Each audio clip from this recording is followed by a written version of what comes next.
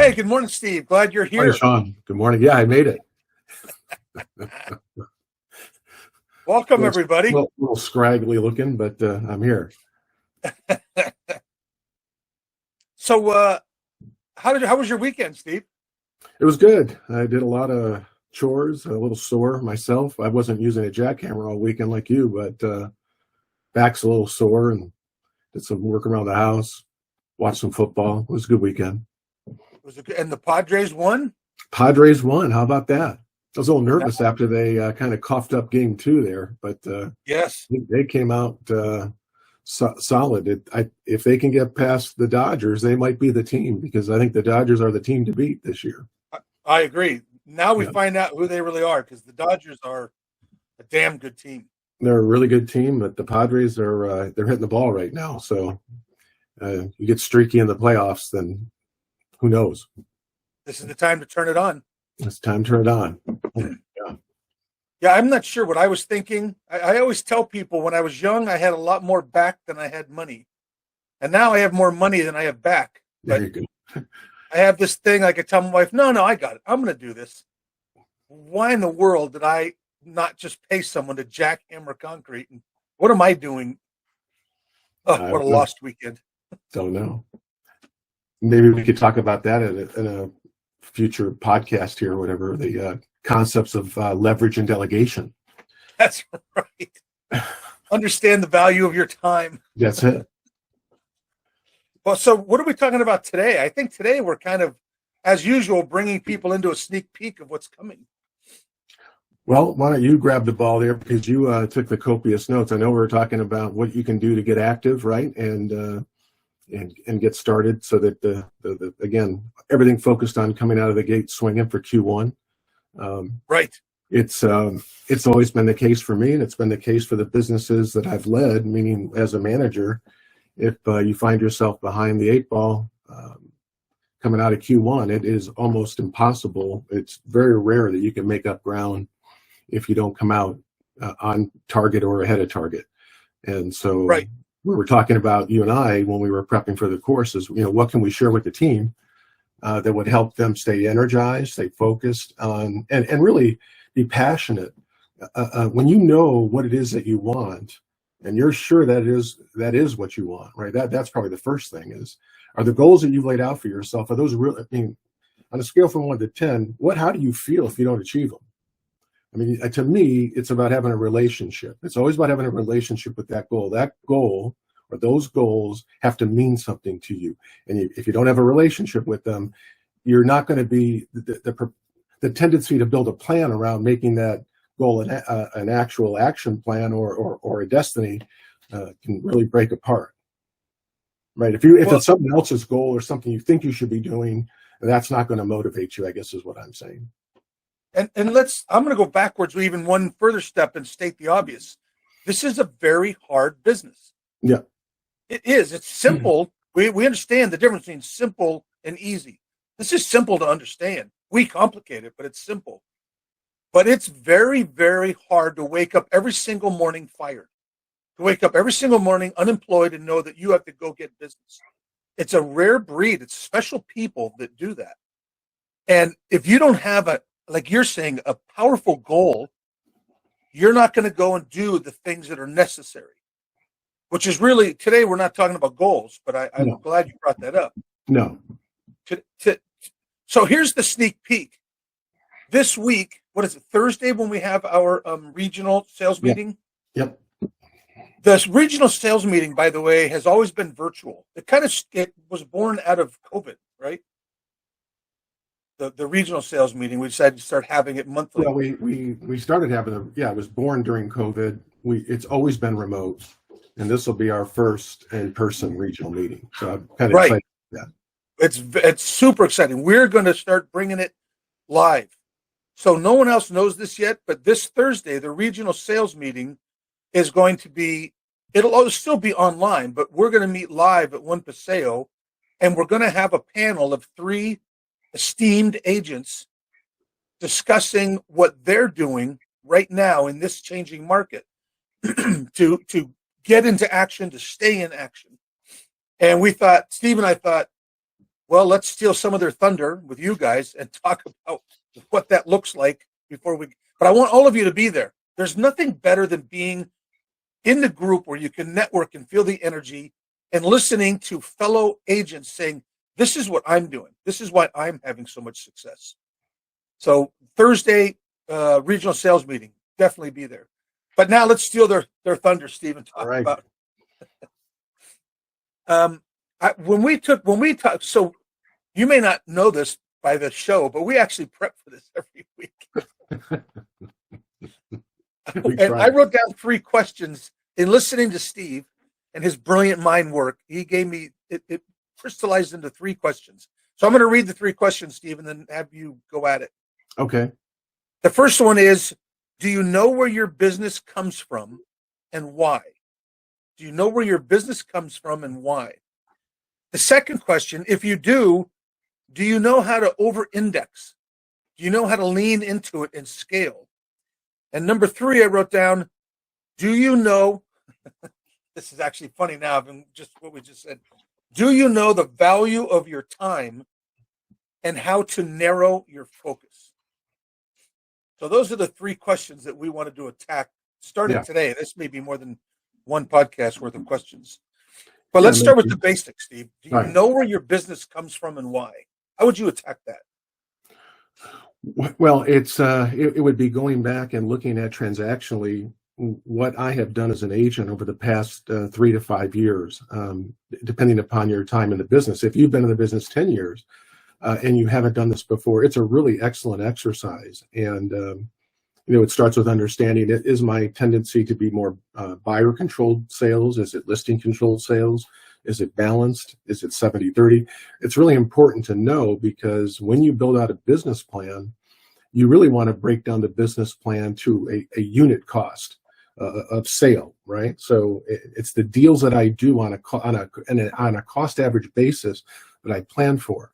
But it also gives you some aha moments can take place when you realize that, wow, I didn't realize that 70% of my business comes from listings. I always thought it was like 50-50.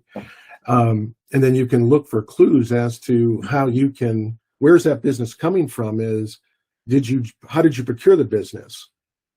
Did you get it from your lead gen activities, meaning you were making calls, you had a farm, geographic farm, knocking doors, word of mouth, past clients? Understanding where you can look at each one of those clients and say, Sean Purcell, that family, the Purcell family, how did I secure that business? It was a listing sale. How did it get into my ecosystem?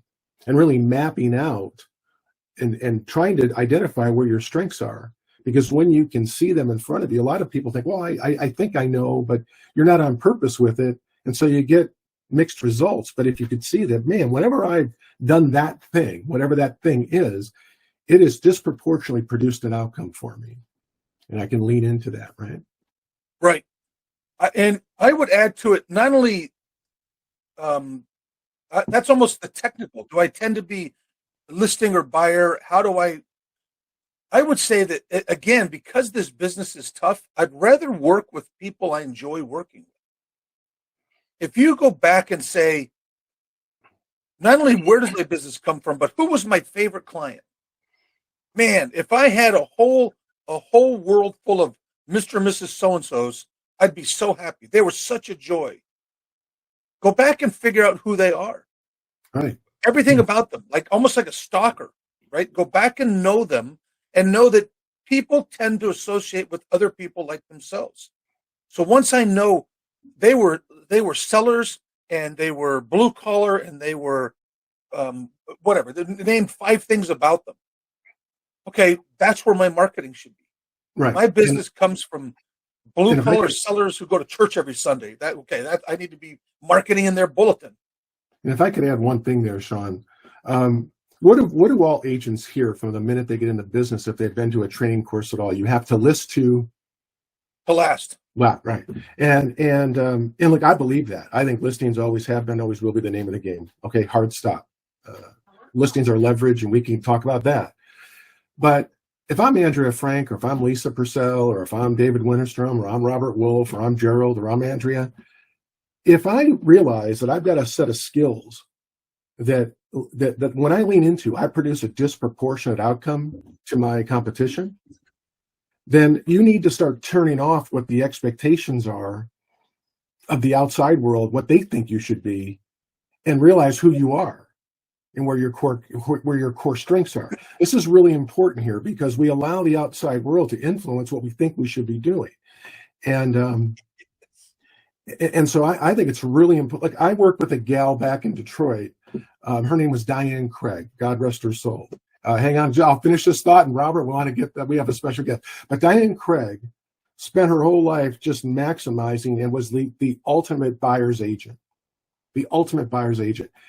Any talk with her that would suggest, hey, you should start thinking about your business differently and go get more listings, she wasn't having it because she was the best buyer's agent that maybe God's ever put on this earth. And we'll let our guests come in. I'll finish that thought. But Robert's in New York, and there's someone in the background that looks familiar to me. I don't know about you all, but is that the great one and only, our chief evangelist, Leonard Steinberg? I'm forgiven, Robert. Your name's Robert? I've forgiven Robert for all his sins. He's cleansed. It's perfect. I'm cleansed. Good morning, everyone. I cannot believe you're up so early. We are. Good morning. 7 o'clock in California, by the way, Leonard, is the equivalent to 5 a.m. East Coast time. No kidding. But I like that you have palm trees. I'm jealous still. So to what do we owe this honor? Well, I'm here visiting, moving one of our daughters to New York, and I've been bantering back and forth with Leonard on email for about 5 years. So I reached out and said, hey, I'm going to be in New York for my first trip ever. And I was wondering if you'd meet for breakfast. And he took the time out of his day to meet me and talk Compass and talk real estate. So I just thought, I told Steve we'd hop on and say hi so everyone could say hello to our chief evangelist. Well, I will tell you, the only reason I'm at Compass is because of food, too. Robert had enticed me to come to meet with him, and this was in 2014. And I was like, I'm not interested in Urban Compass, but he said, there's food. I was there. So food works. Hey, Leonard, can I ask you a question while we have you? Sure. In real estate, what has been the single best piece of advice you have ever received? If you can think back to your the best advice, I know what it is, because the best advice I ever received was you have to look at what are your assets and use them. When you have something that is good, use it. And an agent who was one of the top agents in my office turned to me at one point and she said, Leonard, what are you doing selling these cheap apartments with your fake British accent? I was like, no, that fake British accent is something to use. And I did. And I dressed in a more British way, even though I'm from South Africa. And people resonated with it. So, that's one attribute I had, because back then I had very few others. I mean, I didn't know much about real estate back then. And having an accent when you're selling has value. Not denying it, especially in New York. So I just think looking at your assets and saying, what is the one or two things that I'm really good at? And then just climbing in on that. Leveraging those, yeah. How does that line up? That we were talking about? No, I just swear to God. I swear to God. I just asked the man the question. Leonard, we were just going down a segue of don't let outside influences influence who you become. You have a gift, you have talent, and you're unique. And the industry and everyone around the industry thinks we should be a certain way or we should be a certain thing. But it's really being authentic, isn't it? And connecting with be authentic and keep it a little classy, because we're a profession. I think if we want to be respected as a profession, you've got to keep it classy. So I do think being innovative is wonderful. Being authentic is amazing. But you have to remind yourself, would you go and have surgery with someone that was running around drunk at a party? Probably that would scare you a little bit. So I do think the professional aspect of what we do has to be infused into everything that we are doing and saying and messaging to the world, because we charge a lot of money. I think everything we charge is worth every penny, but I think to have respect, you have to earn it. Yes. I don't think you should be gifted it just because you said, I deserve it. I think you have to earn it. You can tell I'm still hungry, so I'm a little grumpy. No. He's a Robert, how come he hasn't eaten? he's a little hangry. Yeah. Well, we won't keep you guys. We know Yeah, we're really I gotta- blessed with having I got to you. tell you, the first question he asked me is, why would you leave San Diego and move to Boise and leave that weather? Well, because you follow your passion. That's why. Yeah, exactly. The soul All right, well- knows. The soul knows when it's home. Yeah. Well, thanks for having us and letting us pop in and have a great day, No. everybody. Good to Leonard, see you're you. the Great best. treat We for appreciate us. you. Thank you, Robert. Thank you. Thank you. Bye-bye. Peace. Bye, Leonard. So anyway, I honestly didn't damn. cue that up, but it has to do with what we were talking about a minute ago. Isn't that funny? You know, I have to interject. I love Compass. When Robert's here, there's Leonard Steinberg. We all know and love this guy. Right. There's no ego. Oh, there's a podcast out in San Diego. Yeah, sure. Let me go on and say hi. Nobody has ego. Everybody's about how do I help somebody else in my company. I've been in this business 30 years. I've never seen any place like Compass. Sorry. No. I just had to say it's amazing. No. So along the lines of what you were saying before we were interrupted by this Leonard guy, I went through that exact experience. The outside world, and I myself included as a coach, teaches agents all the time, you need to be everybody's best friend. Then you got to have rapport and you got to have a tight group and you got to do all these things. And Buffini, right? Buffini's made his whole living on that, the relationship. And God help me, that's not who I actually am. I'm an off the chart D. You know, I try to play a high I here when we do this stuff and I try to be friendly and funny, but left to my own devices, I don't want to interact with people. I'm an off the chart D. I finally realized that and said, trying to be who I'm not shows everybody sees it. They're not exactly sure why, but they know there's something wrong here. That this guy's is not being authentic. They may not know why, but they can sense it. Right. And when I finally started being me, there's only 11% of the population is a high D. Well, guess what? I can't handle 11% of the business. I couldn't handle 1% of the business. There's a lot of real estate going on. So being fake me was costing me business, and being the real me attracted people like me, and it was still more business than I could ever, any agent could ever handle. Right. Decide to be you. Well, we can peel off here, and we're coming dangerously close to doing that because from what our original goal for this pod was, or this meeting was, but I just feel like doubling down on that because when I started in the business, I went to Sweat Hogs, and again, it was the same external pressure. You need to get listings. Listings are the name of the game. Always have been, always will be.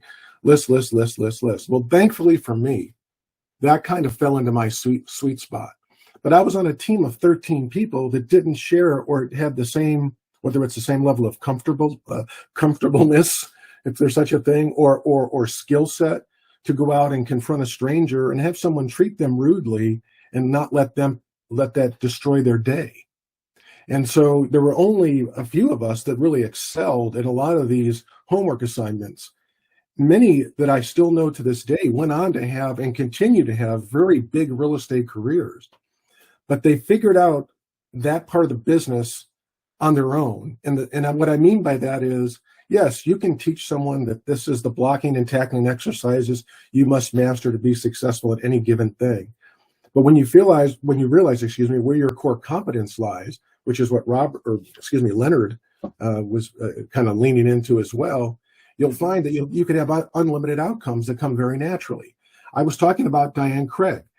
You got to remember, folks, I started in the business in 1989. The office that I started in, we actually had a floor room. That meaning we had a room in the office that had 2 desks in it, and 2 people did floor time at the same time. And there were these massive books in front of us because back then the MLS wasn't on the computer. And so when someone would call in on an ad, we would always run an ad that would say, it was usually the first 2 digits of the address and the first 3 letters of the street name. And that's how you would go look up information when someone would call in. And Diane Craig, this woman who sat on floor, there was an old thing in Sweat Hogs when I was in that program that said, when you're working with buyers, there was this acronym that said CTO them. Get them to come into the office. CITO, come into the office. This woman was masterful. And I never got anyone to come into the office when I did floor. And I sat there and watched her make those phone, take those calls. And I swear on God, may God strike me dead at this second, 80% of the people she spoke to, they were coming into the office within an hour or the next day. Now, how is it that it was her tone? It was a sense of empathy she could convey through the phone in a way that very few can. She had a skill set, an ability to communicate on the phone in a way that very few can. And you let her go. And at this time, by the way, she was producing about $7 million in sales a year. Now, that may not sound like much, but when you're from Detroit, Michigan in 1989, and the average sales price for a home is about $58,000, you figure out pretty quickly she's one of real estate's rock stars. Anyway, I digress. But it goes back to the point. She wasn't trying to be something that someone thought she should be. She had an ability, a unique ability to build trust over the phone with people, and she knew it, and she leveraged it. And she made a lot of successful transactions come true because of it.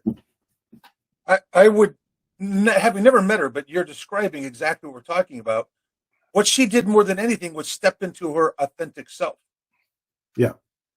When you are you, everybody senses it, and they are attracted. The people like you. This is the same thing I just said about figure out your favorite client and then go after people just like them because they tend to associate. Well, this is that same idea in reverse. I am who I am, and if I just be me, I will attract other people like me. They won't even know why, but 80% of them will come to me. Right. And the rest won't. And that's okay. There's so much business. If every single person in this call leaned into who they are, you would have more business than you can handle. You'd have more business than you have now, and you'd enjoy the business more because you'd be working with people like you. And you'd be natural. You would appear natural. Right. Yeah. So it's just like, if, again, it goes back to the original question. Do you know where your business comes from and why? Diane Craig, again, God rest her soul, 80% of her business, I don't even need to ask, I knew came from the buy side of the transaction. How she went on to leverage that is another topic. But when you know that that's what you do best and you're able to answer that question, you can then lean into with purpose how you can make that stronger, how you can go about leveraging those talents and skill sets, make them better so that you can produce in a more natural and in a way that you feel good. Like you wake up for work, you're passionate about your objectives for the day. You're looking right? forward. Like dreading, oh my God, I went to the sales program and they said I have to make 35 cold calls today. You either are going to be passionate about that, knowing that that's going to produce an outcome, or you're going to resist it. If you resist it, then you've lost that energy that you need at any given moment to continue to move forward to make your plan a reality. Because if you're not going to do that, then you're going to spend your time spinning your wheels thinking, okay, what else can I do at this time? And without a plan, right? You're not planning anything. You're just waiting to see how the day shakes out. Really important. Well, really important. you're trying to get through the day. You're trying to avoid parts of your day, which brings us back to this is a very tough business. You should be doing the thing that you really enjoy. That's when the business goes from being really tough to being problem solving, which is a whole different outlook. Yes, there's a lot of problems every day, but I love the people I work with and I love what I'm doing and I get to go solve problems. That feels so much better than crap. I got to make 40 dials today and I hate the phone. Yeah. Well, you're not going to do that. So that's why if I know where my business comes from and why, then I can leverage what it is that I'm doing best. And even assess what would I attribute my success to here? When I use myself here, when I started in my career, I was really good at securing expired listings, like getting them to list with me. They were getting the same 5 or 6 phone calls from every other agent trying to get them to list. What did I do tactically different? How did I show up in my way to help them see that I was the right choice? Was I realized quickly that when I'm meeting with strangers, my ability to talk straight with them after an experience where someone just was waffling on the truth resonated. Most agents, when they have bad information that they need to share with their clients, they're afraid to do so because they're afraid it's going to cost them. They're going to get penalized for it. Why didn't you tell me? If you think that today, why didn't you tell me that before? I got those same questions. I still get those questions. You know, it's a matter of I'm working with the data at any given moment that's available to me in the moment, right?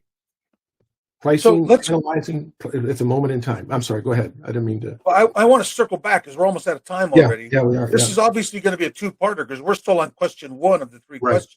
Okay. But the first question was, do you know where your business comes from and why? And Steve, you're coming from a place of knowing. The reason I was successful was, and then so for those of you who don't know, or you're not achieving the success that you deserve and that you want. Yeah. Let's address those people. What do they need to do right now because they're not having the success they want? They need to go back and look at those transactions and start asking the question with each individual. Where did this business come from and why? It's a really simple thing, and start marking it. It's a really important exercise because it will start to illuminate where your strengths are and what it is that you're doing, whether you know it or not, that is working for you. So that's the first exercise. 3 years. It's as basic. Go back 3 years. Go back 3 years. All your transactions. Yeah, because at any given moment, that gives you your tendencies. That tells you what you're doing right now. Yes. Right. But let's say you've only been in the business 1 year. There's a whole different set of exercises you need to do. Starts with getting with your sales manager. Get with somebody who's been in the business a long time. But now we're going to do different exploration, right? We're going to talk to friends. We're going to talk to certain people who know you, and we're going to find out that way. So if you haven't been in business 3 years, get with your sales manager right now, and they'll help you find it a different way. But generally, the answer is go back 3 years, look at every single transaction, and analyze it. Yeah. Get isolated and do some in-depth analysis. Agreed. Yes, very important step. Because your manager, by the way, it's like everything. If you have kids or you have good friends that you know that they could have a different outcome if they, like we see the gifts in other people sometimes more clearly than they can see for themselves. And so that's what a coach does. You know, when you try out for a football team or you try out for a sport, any sports team, you might have a dream of playing quarterback, but you have the body of a linebacker. You know, so the coach is going to say, you might want to play that position, but you're going to be best for yourself and for this team if you think about playing this position. And in business, it's the same thing. It's analyze, what did you do before you got into real estate? Okay, now tell me why you chose this career. What is it about? What did you think you knew about real estate before you got your license and compared to what you know now? You know, what was it that was attracting you into the business? And then try to align with that, not the aha that, oh my God, I actually have to connect with people. I've got to meet with strangers. I've got to learn how to take no for an answer. It goes against everything you were taught as a child. Well, it does, because we think of everything as a possibility. There's no one that gets into any opportunity that is not that's devoid of ambition and opportunity. We're always looking to see, or we always have big dreams and we have big goals. We're running out of time, so I'm going to leave you guys with this. First of all, every single one of you has a gift. Every single one of you, because everyone does.